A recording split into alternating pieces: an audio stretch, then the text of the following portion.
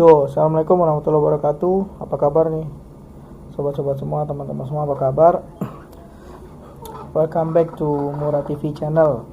Ya, untuk teman-teman kita sesama YouTuber pemula ya wajar kalau kadang kita bingung gitu kan, kita ya nggak tahu harus ngapain. Yang terpenting adalah kita harus tetap semangat, nggak boleh berhenti, karena kalau udah berhenti ya sudah, berarti kita nggak serius untuk menjadi YouTuber.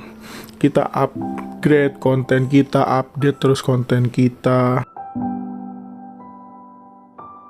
terus upgrade skill kita dalam hal editing supaya video kita lebih menarik lagi. Lalu yang terakhir ya kita update teman-teman informasi terkini dan seputar konten kreator. Oke, jadi sesi kali ini ya kita melanjutkan sharing kita yang kemarin ya, mengenai dunia per-YouTubean ya. Ya, kita melanjutkan yang kemarin. Jadi kemarin sudah bahas mengenai yang memulai langkah untuk menjadi YouTuber bagaimana. Karena teman-teman udah mulai coba belum? Nah, kalau belum segera coba. Ya, karena nggak ada salahnya mencoba, dan hanya ya modal kamera aja dan keberanian untuk upload, niat lah. Oke, selanjutnya saya akan bahas mengenai target ya. Jadi nanti saya akan tampilkan target untuk monetisasi itu, atau kalian dapat gaji dari YouTube itu ada 4 ya syarat monetisasi. Oke, yang pertama adalah ada verifikasi 2 langkah. Nah, ini sih simple ya. Jadi kalian verifikasi 2 langkah supaya untuk secure akun kita. Kedua adalah nggak ada teguran komunitas, nggak ada copyright. Jadi kalau kita ngupload video, nanti biasanya ada tuh pemberitahuan apakah ada isu atau nggak ada copyright sama sekali. Terus yang ketiga apa? 1000 subscriber. Jadi minimal untuk kalian dapat gaji dari YouTube adalah 1000 subscriber ya. Selanjutnya adalah 4000 jam tayang. Nah, 4000 jam tonton. Jadi artinya jumlah jam tonton itu minimal adalah 4000 jam orang-orang menonton video kita. Nah, itu syarat untuk monetisasi. Nanti kalau udah syarat monetisasi terpenuhi, biasanya nanti dapat pemberitahuan di Google, akan notifikasi bahwa kita sudah memenuhi syarat-syarat tersebut. Nah, kalau sudah memenuhi, ya kita tinggal ajukan monetisasinya. Nah, selanjutnya saya akan bahas apa nih? Jadi pantangan-pantangan teman-teman dalam upload video atau pedoman komunitas lah. Ya. Jadi saya akan bacakan nih. Oke, jadi pedoman komunitas YouTube, kita nggak boleh selaku konten kreator ya, atau YouTuber pemula, upload itu nggak boleh mengandung beberapa poin ini. Oke, yang pertama adalah nggak boleh nyepam dan praktek penipuan ya. Nah, ini nggak boleh, artinya apa? Kita melakukan penipuan di konten kita. Nah, ini nggak boleh. Terus adalah konten sensitif. Konten sensitif ini ya yang berbau pornografi gitu kan, yang berisi seks gitu kan, atau menyakiti diri sendiri, pokoknya yang sensitif lah, yang berbahaya bagi penonton. Nah, ini nggak boleh, nanti kalian dapat teguran komunitas. Ketiga adalah konten kekerasan atau berbahaya ya. Nah, ini nggak boleh. Kekerasan itu ya banyaklah kejahatan, ada misalnya penculikan dan lain-lain. Barang yang diatur oleh hukum. Nah, ini barang yang diatur oleh hukum, contohnya apa? Senjata api ya kan, senjata api maupun apapun itu kan dia kudu ada sertifikatnya. Atau mungkin juga hewan-hewan yang dilindungi gitu loh, yang perlu sertifikat kalau kita memelihara. Terus nggak boleh juga konten yang misinformasi, artinya dia bisa menyesatkan juga, bisa menipu juga gitu. Jadi kurang lebih untuk komunitas YouTube tegurannya poinnya itu.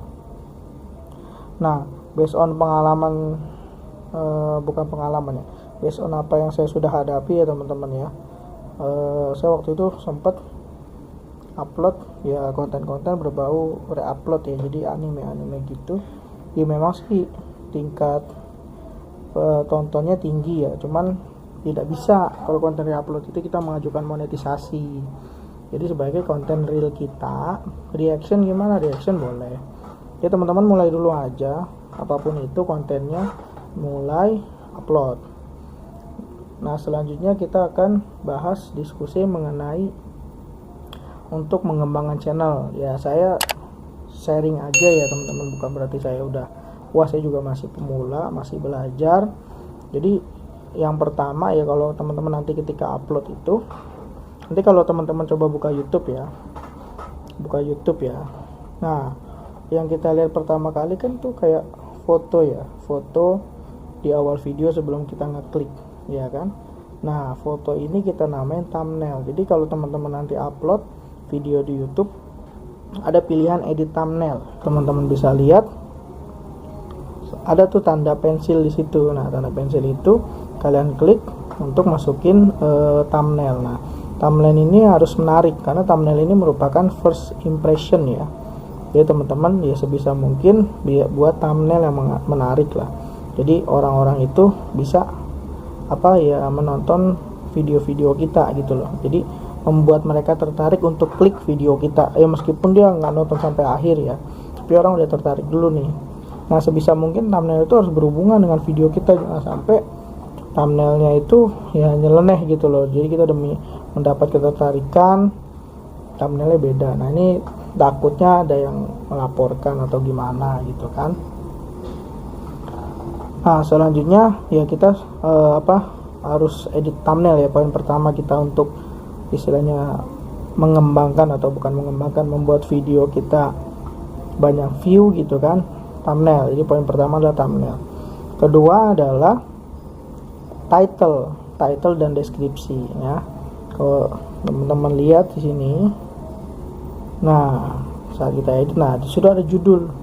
Nah, judul karena kita belum dapat rekomendasi YouTube ya, sebisa mungkin searching lah. Jadi yang setipe, biasanya orang searching untuk konten kita tuh apa sih. Misalnya kita mau bahas konten masak ya, misalnya kita bahas masak ayam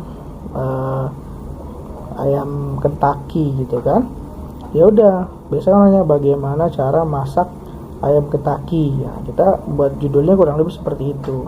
Nah, deskripsi ya silahkan diisi penjabaran, boleh singkat tentang video kita, dan juga kita bisa ngetek judul-judul yang lain. Nah, kita bisa ambil dari judul-judul YouTuber yang udah di atas kita gitu loh, untuk kita bisa ketarik di saat video mereka dibuka.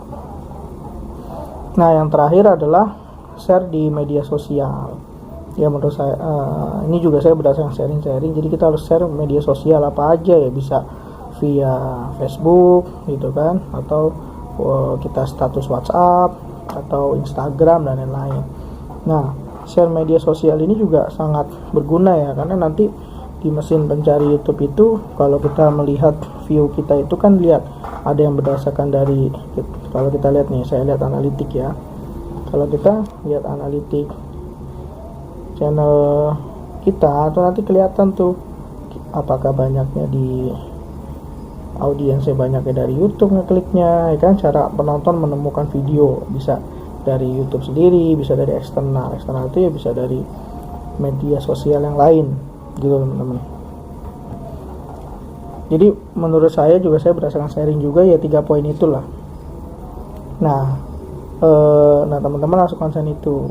Nah, saya ingetin lagi ya, sebisa mungkin rutin uploadnya, jangan nanti seminggu vakum. Karena gini, kalau kita sudah dapat rekomendasi YouTube itu, wah itu kenceng banget tuh. Kita harus manfaatin momen itu, karena untuk dapat rekomendasi itu nggak mudah ya.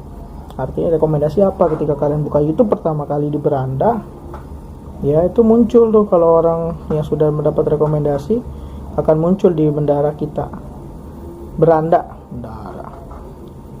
beranda kita ya. Jadi kita nggak perlu searching, dia biasa akan muncul sendiri. Nah itu udah mendapat rekomendasi YouTube.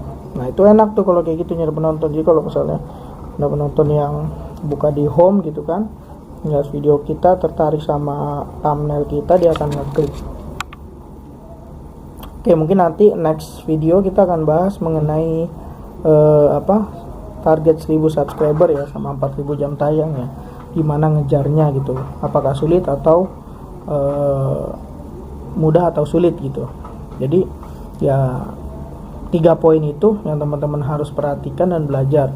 Nah teman-teman juga bisa ngedit video ya, harus belajar ngedit video ya. Bisa ya, biasa orang kalau awal-awal ya natural aja, nggak perlu edit-editan. Nanti kita belajar tuh edit, aplikasi-aplikasi untuk edit video banyak, teman-teman bisa cari di Play Store ya. Kalau yang saya pakai KineMaster ya. Jadi ya menurut saya KineMaster itu untuk memulai itu gampang. Nah, kita bisa dengan mudah belajarnya, ya tinggal kita mau apa enggak. Itu teman-teman. Nah teman-teman kalau punya pengalaman-pengalaman lain seputar dunia YouTube boleh share di komen gitu kan. Sekali lagi jangan lupa subscribe Mura TV, like videonya ya. Nah next kita akan bahas mengenai dunia perhidupan lagi. Terima kasih ya, mungkin sekian dulu dari saya. Assalamualaikum warahmatullahi wabarakatuh. Sehat-sehat selalu ya.